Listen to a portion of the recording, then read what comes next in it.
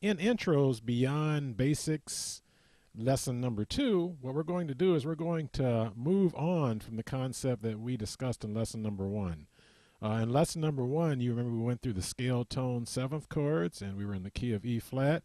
For lesson 2, we're going to stay in the key of E flat just to keep things simple. And what we're going to do is we're going to learn a couple of more powerful, very powerful progressions that are used in pretty much most genres of music. And we'll learn how to create intros based on these 2 powerful progressions.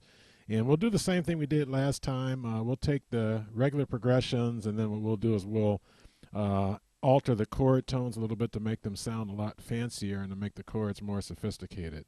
So let's do a brief review. You remember last time we were in the key of E flat, and in the key of E flat we learned about one of the progressions, the 2-5-1 progression. So just to refresh your memory real quick, scale tone 7th chords. That's our E flat major 7th chords. That's our 1 chord. That's our 2 chord, 3 chord, 4 chord, 5 chord, 6 chord, 7 chord, and then we're back to the 1 chord.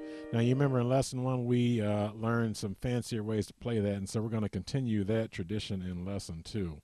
One of the progressions that we discussed in lesson number 1 was a 2-5-1. So in the key of E flat, you remember our 2 chord is here. We have the F minor 7 chord, 5 chord, it's the B flat 7 chord, and the 1 chord is the E flat major 7th chord. And you remember we used a few different voicings for this, but just a really basic voicing you can use. That was a 2 chord. You remember we covered this in lesson 1. Going to the 5 chord, going to the 1 chord. Okay, so what we actually want to do here in lesson 2 is we want to move on. What we're going to do is we're going to introduce a couple more chords to that particular progression. And what I'm going to do is I'm just going to play everything in root position right now, that way you can see it. So the first chord we're going to do is the 1 chord. So you remember the 1 chord is the E flat major 7th chord. Then we're going to go to the 6th chord. So you remember the 6th chord in the key of E flat is this one right here. So it's going to be our C minor 7th chord. We're going to go to the 2 chord, which is going to be our F minor 7 chord. We're going to go to the 5 chord, which is going to be the B flat dominant 7th chord, and then we're going to end on the 1 chord. And this is going to kind of vary because, like last time, if our song starts on the 1 chord, then we'll be right into the beginning of the song. However, if our song does not start on the 1 chord, then we'll probably want to add another 5 chord before we actually go into the melody of our song. So let's go ahead and do our basic voicing that we learned. For the 1 chord, or E flat major 7th chord, what we're going to do is we're going to play this voicing here, E flat, D, G, B flat. And you remember, for those of you that are familiar with music theory, that's our 1, 7, 3. Okay, so when we play the 1-6-2-5-1 progression through using those voicings, it sounds okay, but it's not exactly our most interesting sound.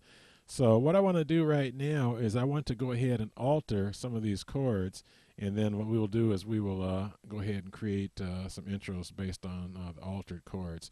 So let's do this. Let's start off with our regular 1 chord. And what I'm going to do for the 6th chord, instead of jumping all the way up here and playing a C minor 7th, I'm going to change my 6th chord to a dominant 7th. Now when we're playing the 1-6-2-5 progression, the 6th chord,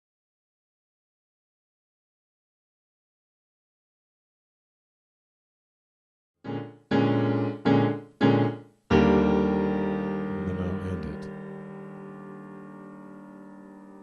Okay, so that's one intro that you can use, is kind of medium tempo Latin type of a tune. And now let's do like we did before. Let's break up that intro, and I'll change it up a little bit. So here's what I'm going to do rhythm wise.